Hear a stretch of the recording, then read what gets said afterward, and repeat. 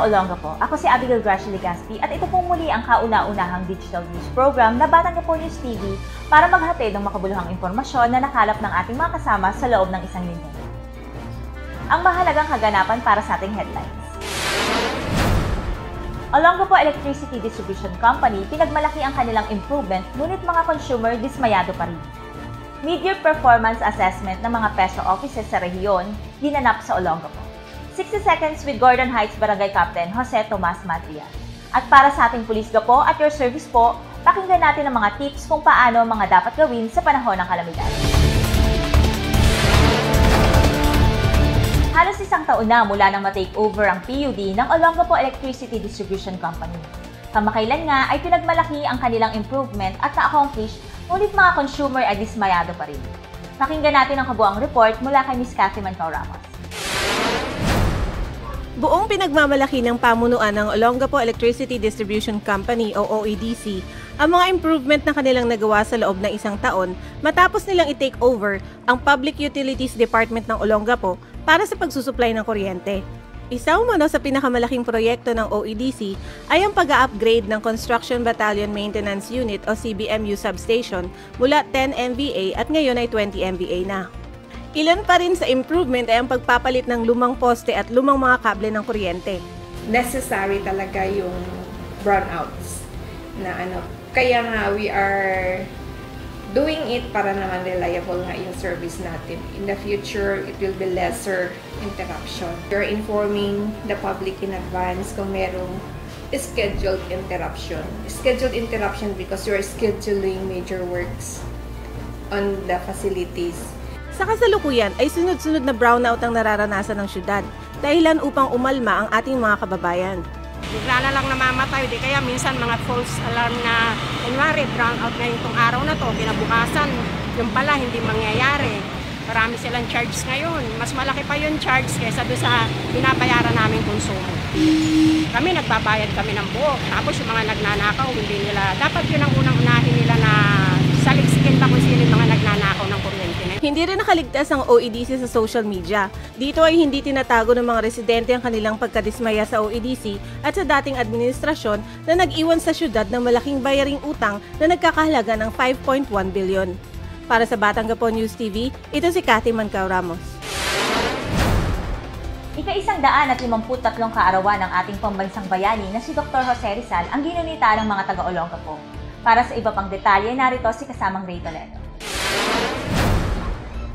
Hindi naging hadlang ang masamang panahon upang ipakita ng ating mga opisyales ng lungsod na pinamumunuan ni Mayor Roland Paulino, mga kawani at mamamayan ang kanilang paghanga at respeto nang magkita-kita sila sa Rizal Triangle Park para mag-alay ng panalangin at bulaklak bilang paggunita sa kanyang kaarawan ni Gat Jose Rizal. Itinuloy ang paggunita sa kaarawan ni Gat Jose Rizal sa pamamagitan ng isang unity walk na dinaluhan ng lahat ng sektor ng lipunan, mga estudyante, Boy and Girl Scouts, mga kawani ng gobyerno, barangay officials, and members ng 17 barangay, Mayor Paulino, SBA May Director Cynthia Paulino, mga opisyalis ng syudad, DepEd Jessie Ferrer at ng City Councils na naglakad simula sa harap ng main gate at SM Olongapo papunta ng Triangle Covered Court. Today, we celebrate the birthday of a brother, ang kababayan natin na alam natin na talagang nagbuwis ng buhay para po kung matamasa natin kung ano yung tinatamasa natin ngayong kalayaan. Kagaya po nung tayo na ang maging punong lungsod, hindi po natin, wala na sa atin yung kahit sinong kausap ninyo, hindi kagaya dati. Bawal ka makipag-usap pagka hindi ka kaibigan, pag hindi ka kakampi, bawal. Ngayon ho, kahit sino pwede natin kausapin. Sa bandang gabi ay nagkaroon lang paggalaw para sa pagkakaisa dance contest at dito sumali ang ilang kinatawan ng barangay at narito ang mga nagsipagawagi sa naturang paligsahan. Para sa Batangapo News TV, Ray Toledo, nag-uulat. Mid-year performance assessment ng mga Public Employment Service Offices sa rehiyon ginanap sa Olongapo. Para sa kanyang ulat, naritong muli si Ms. Cathy Mancao Ramos. Nagtipon-tipon ang Public Employment Service Office Managers and Officers mula sa mga lalawigan ng Zambales, Bataan, Pampanga, Tarlac, Bulacan at Nueva Ecija upang pag-usapan at pag-aralan ang naging performance ng bawat isa pagdating sa pagbibigay gabay sa mga mamamayang naghahanap ng trabaho o kabuhayan. Ang regional event ay ginanap sa Travelers Hotel sa Subic Bay Freeport Zone na dinaluhan ng mga opisyales ng DOLE, OWA at mga namumuno sa Zambales tulad nila Governor Hermogenes Ebdane at Vice Governor Ramon Lacbain. Isa din sa distinguished guest si SBMA Chairman Roberto Garcia na nagpapunta ng kanyang representante at ang ama ng lungsod ng Olongapo na si Mayor Roland Paulino. I commend the City of Olongapo for giving Peso Now the attention that it needs. No? Although for the past years, Peso of Olongapo has been doing well, but under the current administration of Mayor Roland Paulino, I can say that the efforts now of Peso is double of what it used to do, no? During the past years. Pagkakataon ito upang bigyang pagkilala ang sipag ng PESO officers na patuloy ang pagtugon sa pangangailangan ng mga mamamayan. Ang ilan nga sa mga ito ay Hall of Famer na pagdating sa pagiging Best PESO nationwide. Sa katunayan, ang sariling atin na PESO Olongapo ay isa sa mga contender para sa taong ito. Binigyang papuri naman ni Mayor Roland Paulino dito si Mario Esquilio na head ng opisina. Para sa Batang Gapo News TV, ito si Cathy Mancao Ramos. Matagumpay ang 2 araw na libreng seminar tungkol sa house parenting standards sa FMA Hall kamakailan upang ihanda ang mga house parents sa pag-aaruga at paghuhubog ng mga bata na nakatigil sa ating mga child caring institutions kagaya ng Center for Youth, Ningok Center at Social Development Center. Ang House Parenting Standard Seminar ay bagong programa ng DSWD sa tulong ng Action Japan, NGOs at ni Mayor Roland Paulino upang matugunan ang pangangailangan ng mga batang naabandona, mga naulila at mga naabuso. Ay napakalaki ng halaga ng role nila kasi kumbaga sila ang nagmo-mold sa mga bata. Sila yung may direct contact sa mga bata na parang sila ang tumatayong magulang habang sila ay nasa pangangalaga ng ating bahay panuluyan nila o yung bahay tirahan nila ngayon. Ang Olongapo at buong Region 3 ay nagsimula sa bagong programang ito upang maging modelo sa ibang CSWD sa iba't ibang rehiyon. 25 na house parents at 11 trainers ang umattend sa seminar. Ang mga house parents na ito ay empleyado ng gobyerno upang sila ang aaruga at didisiplina sa mga naturang mga bata. Kinakailangan matapos ang 10 modules ng Parenting Standard ngayong November 2014. Sinimulan nila ang first module noong Mayo nitong taon at sinisikap na makatapos ng 2 modules bawat buwan upang masimulan ang second batch ng seminar ngayong Enero 2015. Walang sawang pinapakita ng lokal na pamahalaan sa pamumuno ng ating punong lungsod, Mayor Paulino, ang pagbibigay prioridad niya sa mga programang pangkalusugan para sa mga Olongapeño dahil isang medical mission muli ang dinumog ng ating mga kababayan. Ito ay nasaksihan ng ating kasamang si Ray Tonero. Grabe man ang iyong sakit o hindi pa masyado, ito na po ang tamang pagkakataon para ikaw ay matignan ng libre ng mga doktor na galing pa sa Philippine General Hospital. Dumayo pa sa Maynila ang mga espesyalistang doktor sa pamumuno ni Dr. Raymond Alonso ng UP-PGH at kasama ang kanyang buong team dito sa Olongapo para sa isang medical mission. Si Dr. Raymond Alonso ay Section Unit Head ng Department of Nephrology ng UP-PGH. Bago sinimulan ang konsultasyon at gamutan, ay nagbigay muna ng lecture si Dr. Alonso tungkol sa mga sakit na may kinalaman sa panloob na sakit o internal medicine. Maaga pa lang ay marami nang nagpatala ng kanilang pangalan sa Olongapo City Convention Center para makasama sa 250 katao na bibigyan ng libreng konsultasyon at gamot. Ang medical mission ay handog ni Mayor Roland Paulino at ni SBMA Director Cynthia Paulino para sa mga mahirap na taga-Olongapo na hindi kayang pumunta sa Maynila para magpagamot. Well, actually ito kinausap natin to, may mga nag-coordinate sa atin si Mrs. Natalie Lee, yung ating may bahay si Mrs. Cynthia Paulino, Director ng SBMA. Dahil sa karamihan ng mga lumalapit na may nagdadialysis, mga problema sa bato. Actually itong nephrology, ang ibig sabihin ito po yung mga science tungkol sa kidney po, sa mga bato. Ang dami yung nagkakaproblema. At ang inaano natin dito is more on prevention. Kung may nag-uumpisa pa lang, early stages yung mga sakit natin sa bato, matignan na kagad. Maraming natuwa sa ginawang ito ni Mayor Paulino, lalo't higit ang mga mahihirap nating kababayan. Salat na sila sa pagkain, paano pa raw sila makakapunta sa mga dalubhasang doktor at makakabili ng mga mamahaling gamot. Bilang taga-Olongapo po, nagpapasalamat po ko sa araw na to na nagkaroon kami ng biyaya. Unang-una sa aming buting mayor na si Rolin Paulino at sa aming director ng SBME si Cynthia Paulino at saka sa mga doktor po na nag-assist sa amin sa medical mission. Para sa Batang Quiapo News TV, Ray Toledo, nag-uulat.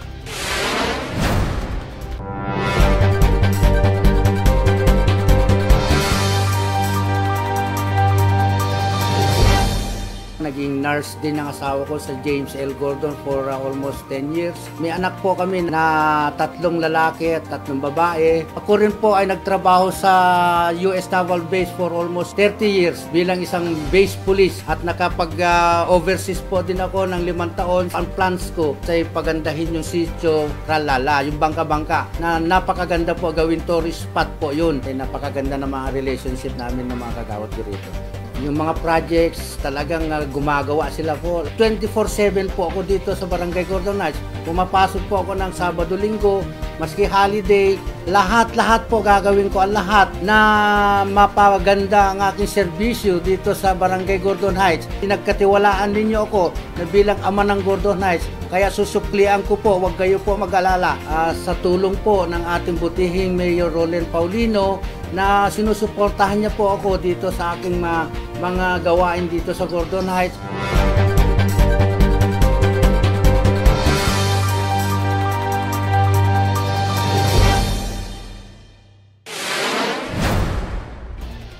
Pakinggan natin ang mga safety tips kung ano mga dapat gawin sa panahon ng kalamidad.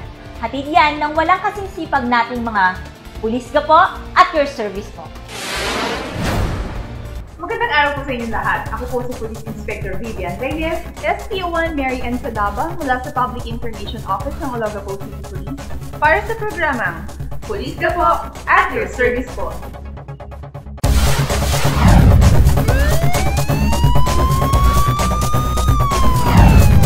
Kaugnay ng aming Patroljan 2030 o Transformation Program, layunin namin na palawakin ang kaalaman ng bawat mamamayan hinggil sa hustong paghahanda sa anumang sakunang dulot ng panahon ng tag-ulan. Upang mapanatiling ligtas ang inyong pamilya, narito po ang mga dapat tandaan. Mag-imbak ng inuming tubig at mga pagkaing hindi na kailangang lutuin at matagal bago mabulok o masira. Ihanda ang mga flashlights, baterya, kandila at radyong de baterya. I-empake ang mga nabanggit kasama ang first aid kit at ilang mga damit na dadalhin sa oras ng paglikas. Hanggat maaari, anihin ang mga pananim at ilikas ang mga alagang hayop sa mas ligtas na lugar. Siyasating mabuti ang inyong tahanan kung punuhin ang mga sirang bubong at haligi na maaaring liparin ng malalakas na hangin. Alamin ang pinakahuling ulat panahon, huwag nang papasukin ng mga estudyante kung hindi ligtas para sa kanila, manatili sa inyong mga tahanan. Huwag lumusong o magbabad sa baha, maaaring makuryente o makakuha ng sakit dito. Kung ang baha ay nasa alert level at may anonsyong lumikas, huwag mag-otubili. Ilikas ang buong pamilya sa mas mataas at ligtas na lugar. I-turn off ang main switch bago lumikas. Pagkatapos ng bagyo at paghupa ng baha, siguraduhing ligtas ang inyong mga tahanan bago balikan o pasukin. Huwag gumamit ng mga electrical appliances na lumubog sa baha. Maging alerto, ipagbigay alam agad sa otoridad ang mga nasirang kable at posting na tumba. Alamin ang mga emergency numbers ng pulisya, fire department, CDRRMO at pampublikong ospital. Okay, ngayong panahon ng tag-ulan, kasalukuyan kami nagsasagawa ng training, which is WASAR, para maging equip yung mga kapulisan natin sa panahon ng tag-ulan, lalo na sa pagka may disaster na kailangan ng tulong nila, para na ding matugunan lahat ng mga pangangailangan kapag nandiyan na yung sakuna. Tandaan, ang usaping kaligtasan ay usapin ng bawat mamamayan. Kung kaya't ang kaalisan at katiwasayan ng Olongapo ay nasa pakikipagtulungan ng bawat batang gapo. Alamin ang mga paraan upang makaiwas sa anumang kapahamakan Huwag maging biktima. Muli sa aming layunin makapagbigay ng serbisyong makatotohanan, ito po ang Pulis ka po! At your service po!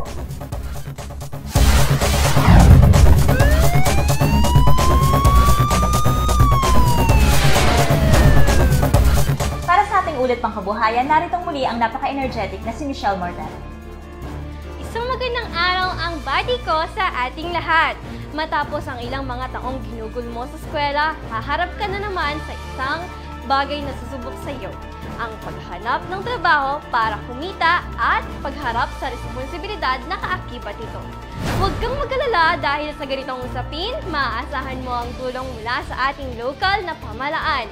Merong mga trabaho at negosyo, lokal and abroad na siyang hatid sa atin ng SBMA Labor Center and Public Employment Service Office. Narito po. Bukod pa rito, isang good news na naman ang hatid ko. Mayroong mga training programs ang pamahalaan natin just for you. They will provide everything you need for these training programs, including the training materials and trainer's fee. Ang kinakailangan mo lamang gawin ay bumisita sa opisina ng Livelihood and Cooperative Development Office. Ito po ay nasa ikalawang palapag ng City Hall. Gawin ito para maparehistro sa inyong mga napupusuang training course. At speaking of training courses, narito po ang mga sumusunod.